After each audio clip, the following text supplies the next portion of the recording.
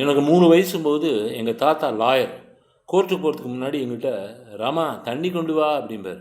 நான் உடனே ஓடி போய் பானையிலேருந்து தண்ணி எடுத்துன்னு வந்து கொண்டு கொடுப்பேன் நான். அப்புறம் அவர் அந்த தண்ணியை குடிப்பாராம். எங்கள் மாமா ஒருத்தர் இருக்கார். அந்த மாமா ரொம்ப துருதுருப்பு, சுறுசுறுப்பு, ரொம்ப சுட்டி. அதனால் அந்த மாமா எங்கிட்ட என்ன செஞ்சுருக்கா, என்னை வந்து ட்ரெயின் பண்ணிட்டா.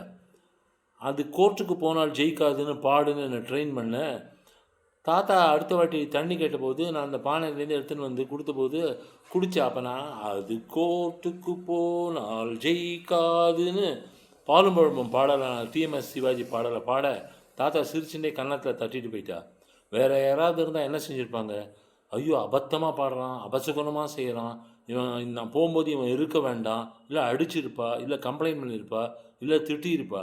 ஆனால் தாத்தா அன்பா என்னை எப்போவுமே பெரியவனானே கூட தலையில் கரோலிங் மயிர் அப்படி தொட்டு ராஸ்கல் ரவுடிம்பர் அன்பா. அந்த தாத்தா அது அந்த காலம் என் நல்ல தாத்தா அவர்.